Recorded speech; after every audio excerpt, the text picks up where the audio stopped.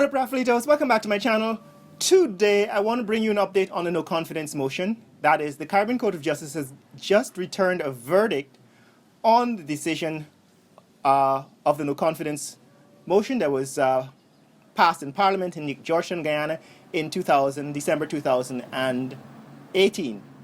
And they have decided to uphold the no confidence motion.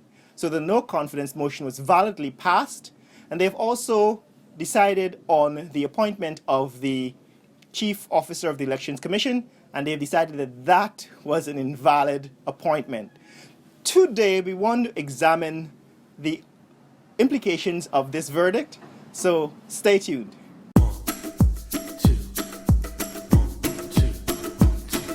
Oh, this is my day. I'm ready to take it on, come what may. So if you're new to this channel, welcome to Raffle Nation. This is a channel on which we talk about politics, economics, food, and fun in Georgetown, Guyana.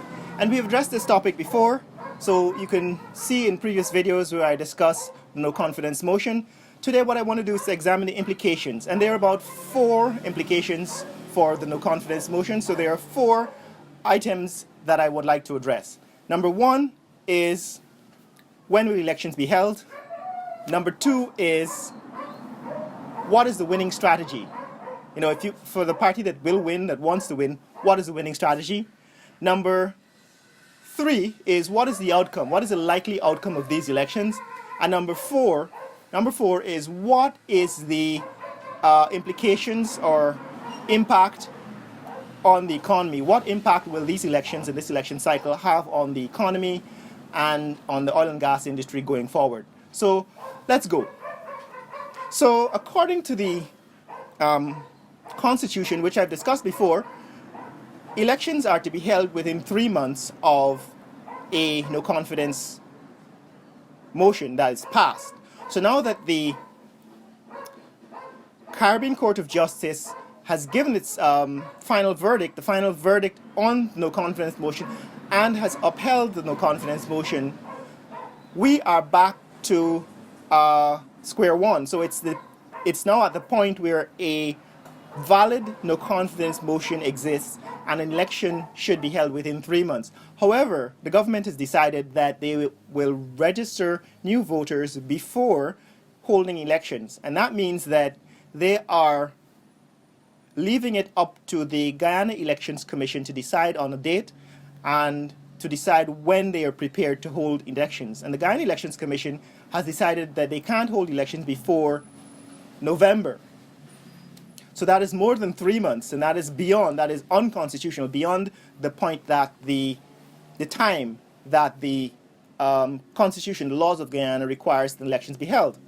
However, this is further complicated by the fact that the CCJ, the Caribbean Court of Justice, also issued a verdict that said that the head of the Guyana Elections Commission was invalidly appointed, so that the appointment of the head of the Guyana Elections Commission by the current president is an invalid appointment. So that further complicates the issue.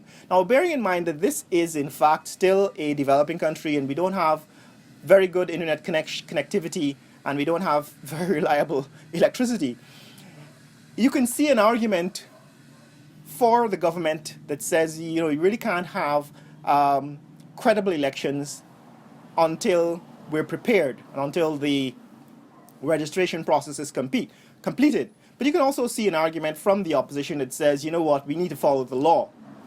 I don't know where to come down on this. I'll leave it up to you. Leave in the comments below. Tell me what you think should be the way forward.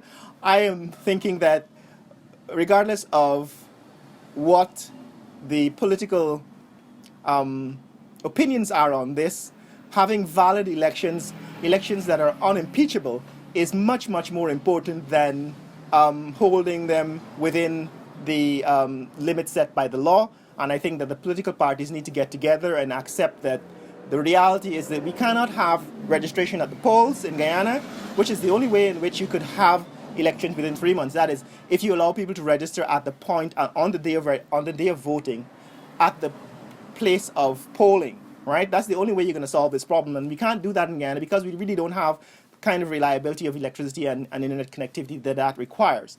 So that's my opinion on that. Tell me what you think this solution is. But I think we're going to have elections in November just because of the realities of Guyana.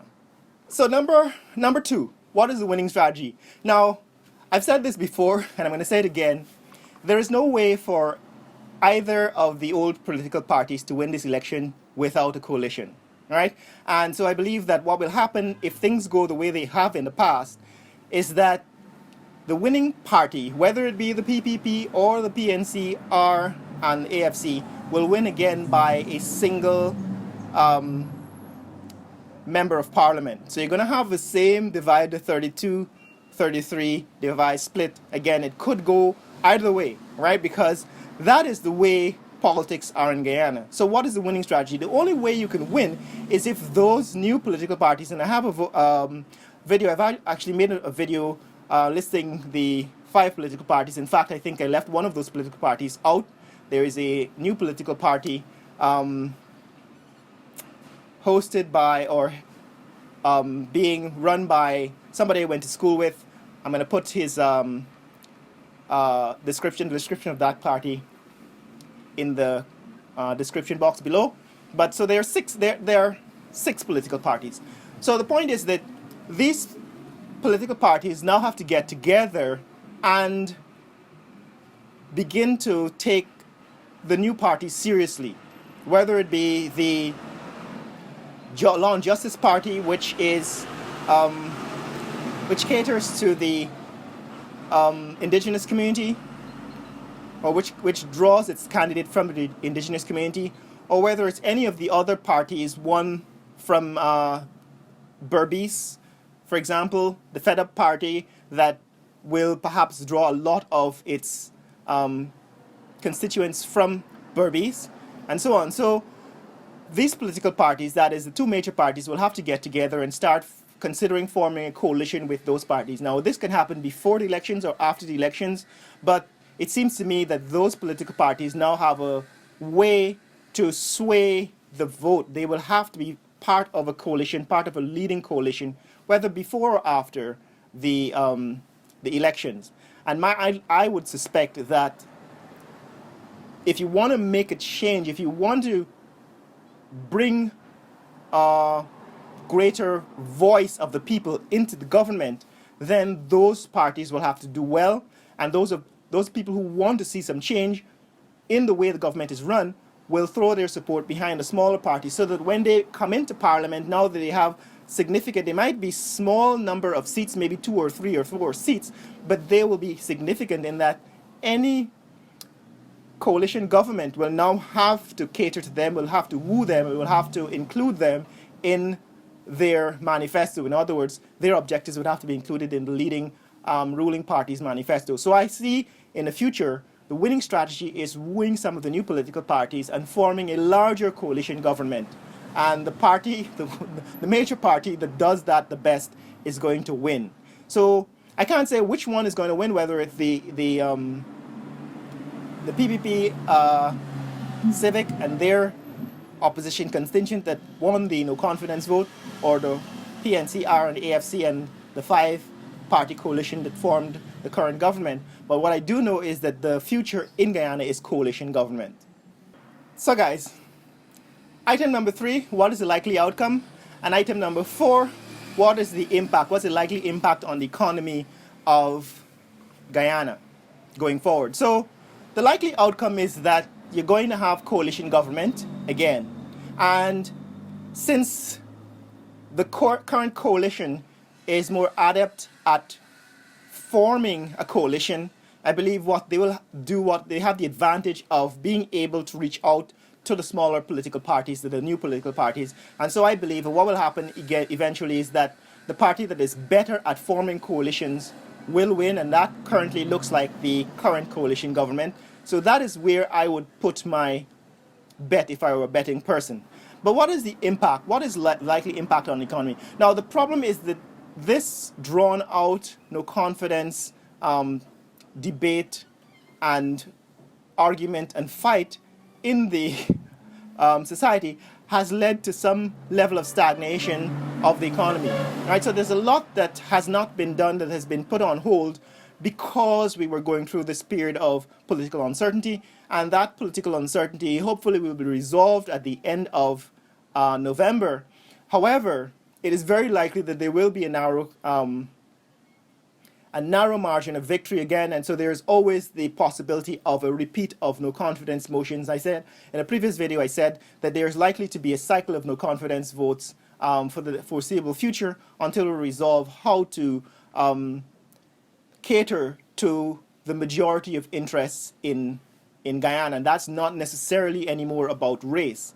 It is forming a coalition of people whose interests can be grouped together so that they can seek some form of governance for the masses. So going forward, the impact, I believe, is going to be further stagnation on the economy if we don't manage to have some stable coalition government. However, it is not likely to impact the oil industry, the oil and gas industry, especially because it's offshore and because it's way off it doesn't really connect it to the Guyanese economy, the existing economy, such as agriculture or rice and sugar and so on. So it's not likely to be affected by the politics, the local politics. What will happen is we will lose out if we're not able to govern the oil and gas sector. But the oil and gas sector is controlled by greater international and global things like war in the Middle East, like the fluctuating price of oil, like we said in the previous video, and I'll put a link to that video here.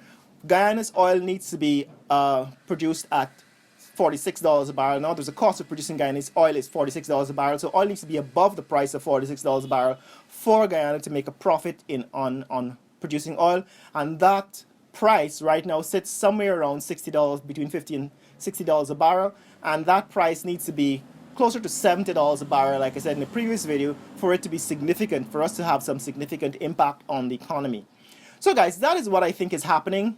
I think politics is right now creating some uncertainty and has left a damper on the economy, but going forward I think the politics will become more certain after November. Although it will be a factor on the major economy, it will not affect the oil and gas economy. In the comments below, tell me what you think about the current state of Guyanese politics and how you think it will impact the economy going forward.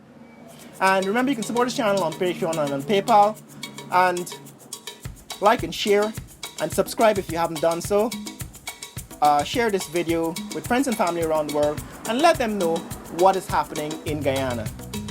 Later!